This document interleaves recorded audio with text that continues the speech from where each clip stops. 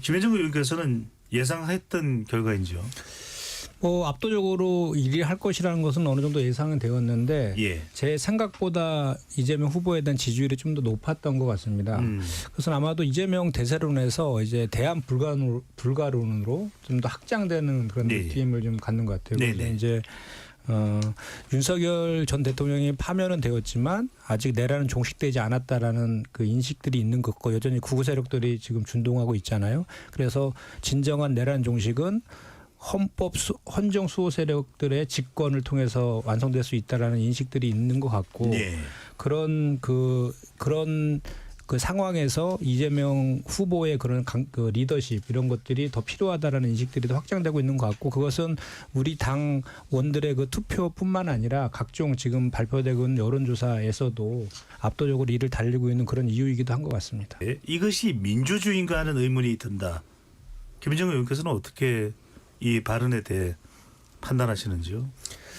아니 근데 이거랑 민주주의랑 90% 넘게 얻는 거랑 무슨 관계가 있는지 먼저 민주주의에 대한 공부부터 하셔야 될 것 같아요. 민주주의라는 것이 다양성을 존중하는 가운데에서 다수결의 원리에서 결정하는 그런 거 아닙니까? 그리고 그 주권 재민을 천명하는 그런 내용이기도 하고 오히려 이재명 대표가 그동안에 그 성과 내는 정치를 통해 가지고 그만큼 지지를 얻는 것이지 이것이 민주주의와는 어떤 상관인지 전혀 저는 이해가 안 되고요. 오히려 예. 민주주의를 파괴해서 파면당한 것은 윤석열 전 대통령이고 국민의힘은 그런 파면당한 윤석열 대통령을 계속해서 옹호하고 있는 거잖아요. 그러니까 민주주의 파괴 세력은 윤석열 전 대통령과 오히려 국민의힘이고 권영세 비대위원장은 그 국민의힘의 지금 대표를 맡고 있는 거잖아요. 그거에 대한 반성부터 선행되어야 된다고 생각합니다. 네. 그냥 궁금해서 여쭤보는데 보통 이제 경선을 하다 보면 당내 의원들이 이렇게 경선 후보 쪽으로 가서 이제 캠프에 몸을 담지 않습니까? 네. 도와주기도 하는데 지금 김동연 후보와 김경수 후보 쪽에 가 있는 현역 국회의원이 있습니까? 제가 알기로는 공식적으로는 저는 아직 못 봤습니다. 궁금해서요. 네, 네. 못 봤습니다. 아, 네. 김정일 의원께서는 어떻게 보시는지 그러다 보니까 지금 민주당 경선을 놓고서 좀 너무 심심하다 이런 표현을 쓰고 있거든요. 그렇다면 영남 또 이제 충청 경선 이후 사실은 더 이제 긴박감이 넘쳐야 되는 곳이 수도권이나 호남 경선일 텐데 조금 매운맛이 더해질까요? 아니면 그냥 이대로 그냥 쭉 그대로 27일까지 이어질까요? 근데 사실 이제 우리 지금 현재 지역 순회 경선 하면서 투표하는 것은 우리 이제 우리 당원들만 지금 투표를 하고 있는 것이거든요. 네. 근데 실제로 지난 20대 대선 경선보다는 투표율이 한 10%가량 높아졌어요. 그만큼 투표율은 훨씬 더 올라가서 훨씬 더 관심도는 되게 높아졌죠. 그래서 지금 사실은 경선을 치르고 있지만 사실 본선을 예열하는 기간이다라고 보고 우리 더불어민주당의 당원들은 압도적인 그 대선 승리를 위해서 지금 그 예열 기간을 가지고 있다 이렇게 보는 것이 맞는 것 같고요. 저는 뭐 지금 우리 그 김경수 후보나 김동연 후보 같은 경우도 정말 훌륭하신 분들이고 다 뭐 그 도지사를 하고 계시고 또 했던 분이시기 때문에 상당히 그 뭐 공약이나 비전 이런 것들에 있어서는 좋은 그런 공약들도 많이 발표하고 계시거든요. 다만 네. 이제 워낙 이재명 후보가 압도적으로 이제 여론조사 높다 보니까 그 주목도 약간 떨어지는 측면은 있지만 오히려 이런 이제 네거티브라든지 우리 국민의힘 같은 건 완전히 지금 네거티브 거의 그런 경선을 치르고 있잖아요. 그거보다는 오히려 비전과 정책을 가지고 얘기하고 있는 것이고 또 일반 국민들도 지금 이재명 후보가 대선에 유력한 이제 후보이기 때문에 이재명 후보가 어떤 공약을 내는지에 대해서도 상당히 관심 갖고 보고 있는 것 같아요. 제가 이렇게 보면은 그런 것들에 대한 그 예열 기간이다 이렇게 해석하는 것이 지금 좋을 것 같습니다. 네. 아니 한마디 좀 해야 되겠는데 한 말씀 하시죠. 정광재 대변인의 그 해석을 보면 그냥 국민의힘 사례를 그냥 딱 경험을 해가지고 그냥 우리도 그럴 것이다라고 하는 것 같아요. 지난 그 당대표 경선 때 어떻게 했습니까? 윤석열 대통령이 룰까지 바꿔서 꼴찌 후보 1등 만들었잖아요. 저희 민주당은 그렇지는 않는다라는 말씀 드리겠습니다. 예. 김현정 의원께서는 국민의힘 지금 경선 물론 A조도 있고 B조도 있습니다. 자, 이렇게 서로 간의 후보들 사이에 공방되는 내용들 보시면서 어떤 생각이 드시는지요? 그러니까 뭐랄까 이렇게 그 당대표 선거할 때 이렇게 분당대회라는 비판이 있었거든요. 분당대회 시즌2 이렇게 보는 것 같아요. 너무 이전 투구식으로 흐르고 그냥 찬탄 반탄으로 나뉘어서 네. 그 자체적인 공방만 계속 지금 하는 그런 형국이고 오히려 반 이재명만 외치고 있고 자체적인 뭐 공약이라든지 비전 같은 거는 볼 수가 없었거든요. 근데 그 과정에서 이렇게 보면은 결국 한동훈 후보 같은 경우에는 그 B조 같은 경우에는 한동훈 후보만 유일하게 이제 그 탄핵에 찬성을 했었잖아요. 그래서 이제 한동훈 후보 쪽으로 3명의 후보들이 이제 공세가 좀 집중된 측면이 있는데 예. 그렇다고 해서 한동훈 후보가 뭐 이렇게 득점한 것 같지는 않고 실점은 하지 않았다. 다만 그 이제 딱 그 구도가 선명하게 1대3으로 갈리면서 주목도는 좀 높았다라고 보는데 그 질문 수준 자체가 너무 뭐 당연하고 뻔한 질문하고 수준 낮은 질문으로 막 그 경선구들 희화화시켜 놓으니까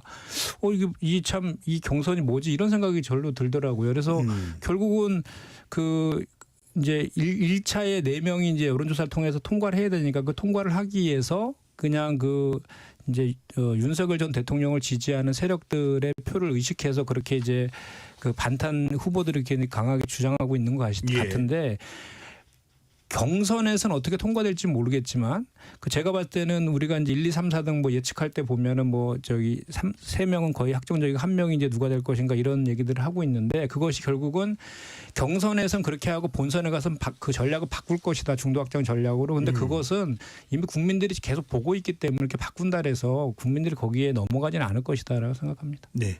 해드릴까요? 예, 김현정 의원 어떻게 보시는지? 제가 볼 때는 도와주십시오. 4위를 안철수 의원이 할 것 같습니다. 예. 네. 안철수 후보가 4위로 포함이 될 것이다. 네, 이유는 이제 김문수 후보의 그 후보는 좀 약간 이제 하향세인 것 같고 그 표가 지금 이제 홍준표 후보 쪽으로 좀 가고 있는 것 같은데 홍준표랑 이제 저기 한덕수 저 대형 쪽으로 좀 가고 있는 측면이 있고 그런데 예. 그 이제 오세훈과 유승민이 사퇴한 이후에 그 표들이 그 그 한동훈하고 저 안철수 쪽으로 가는 흐름이 지금 보여요. 그래서 저 흐름인데 그래서 나경원 후보 같은 경우에는 지금 급한 마음에 뭐 드럼통 퍼포먼스도 하고 오버를 막 좀 하고 있는 그런 측면이 좀 있는데 예. 제가 봤을 때는 리얼미터 4월 16일부터 18일째 한 리얼미터 조사를 보면은 예. 그 여야 통틀어서 전체의 후보 적합도에 봤을 때는 1위가 이제 압도적으로 이재명 후보이지만 이제 나경원 후보가 4% 얻었거든요. 예. 그리고 이제 안철수 후보가 3.7% 얻었어요. 그런데 나경원 후보는 그 정체였고 안철수 후보는 1.2%가 상승됐었거든요. 그런데 그것을 차기 국민의힘으로 압축해서 후보 적합도를 물으면 4위가 안철수 후보가 나옵니다. 9.6%로. 예. 근데 나경원 후보는 6.4% 이렇게 안철수 후보가 4위로 나오거든요. 근데 이런 흐름들이 최근에 발표된 여러 가지 여론조사에도 비슷한 흐름이 보이더라고요. 그래서 예.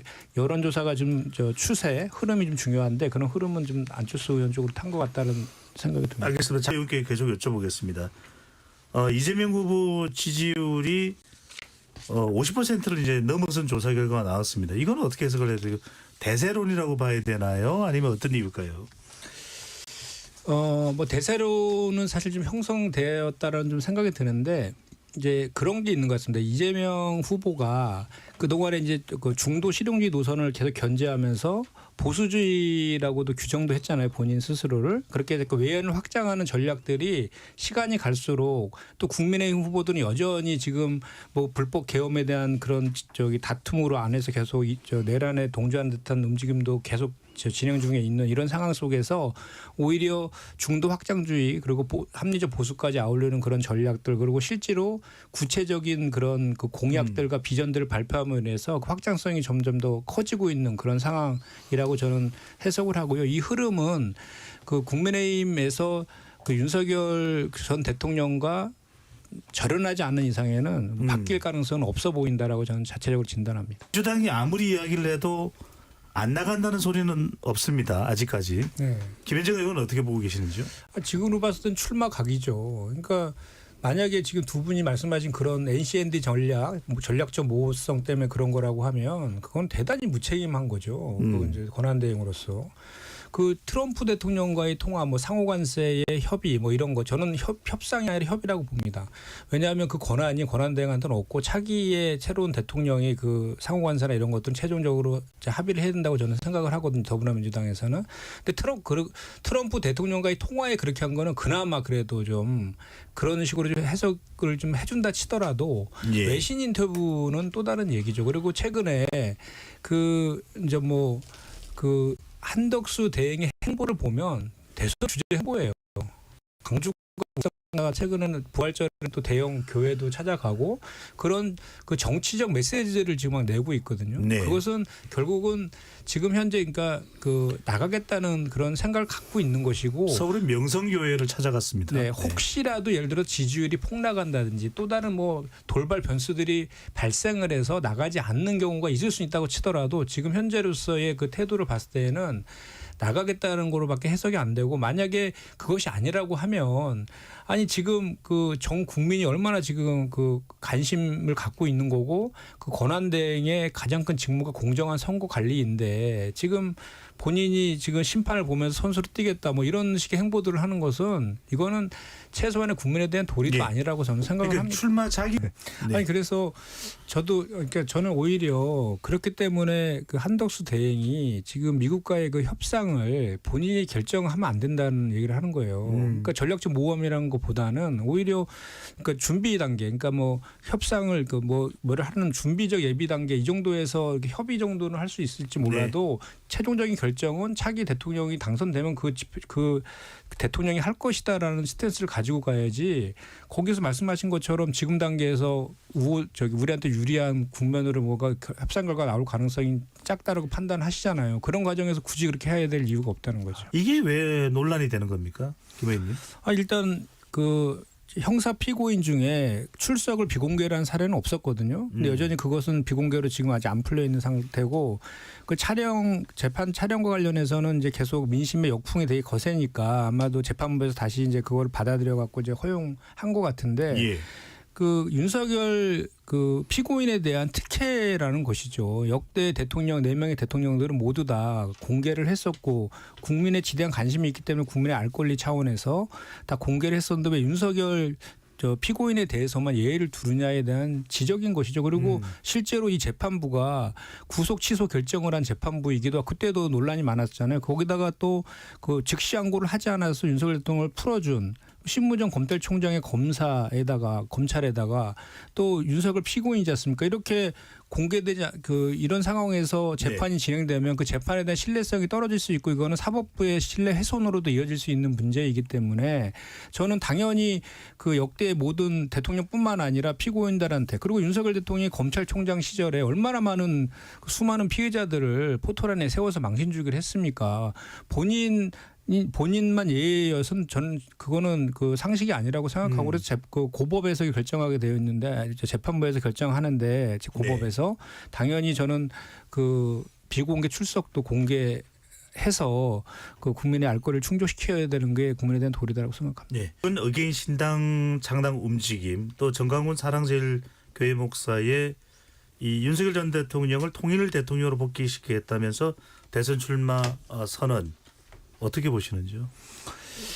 일종의 이제 저는 그런 움직임들이 이렇게 나타나는 것은 결국은 국민의힘에 가장 큰 책임이 있다고 저는 진단을 합니다. 왜냐하면 국민의힘에서 계속 윤석열 전 대통령하고 절연하지 않고 계속 옹호하는 듯한 태도를 보이니까 그런 세력들이 거기에 기승하는 거라고 저는 생각하고 사실은 이 분들이 이렇게 신당 창당하고 이렇게 출마 선언하고 이런 것들은 본인의 정치적 그 영향력을 키우려고 하는 속셈이 더 커 보이긴 합니다. 제가 봤을 때도. 그럼에도 불구하고 그런 움직임들이 있는 것은 그 국민의힘에서 그런 것들을 계속해서 절연하지 않고 있기 때문에 그런 것이 나타나는 것이다라고 저는 생각을 합니다. 그래서 지금이라도 그런 거에 대한 국민의힘이 명확한 그리고 또 국민의힘 후보들이 명확한 그 입장 표명이 반드시 필요하다고 저는 그 생각을 하고 그 정강훈 목사의 그 대선 출마 선언 같은 경우에는 아마도 지금 국민의힘 내부에서는 제가 봤을 때는 상당히 지금 뭐랄까 걱정거리가 될 것 같아요. 그러니까 국민의힘 경선에 찬물도 끼얹는 것도 있지만 좀 전에 말씀하신 것처럼 지난 총선 때 2.2% 정도 득표를 했잖아요. 2.2%는 지금 대선 국면에서는 작은 포션이 아니거든요. 그만큼 또 국민의힘의 표를 갉아먹는 그런 것들로 작용할 수도 있기 때문에 근데 저는 결국은 정강원 대표도 출마는 안 할 것 같거든요. 뭔가 또 그 요구를 하고 막 이런 상황들이 벌어질 것이고 그 과정에서 또 국민의힘은 또 안에서의 또 분열이나 이런 것들이 또 보여질 수밖에 없는 그런 상황에 처하지 않을까 하는 생각을 합니다.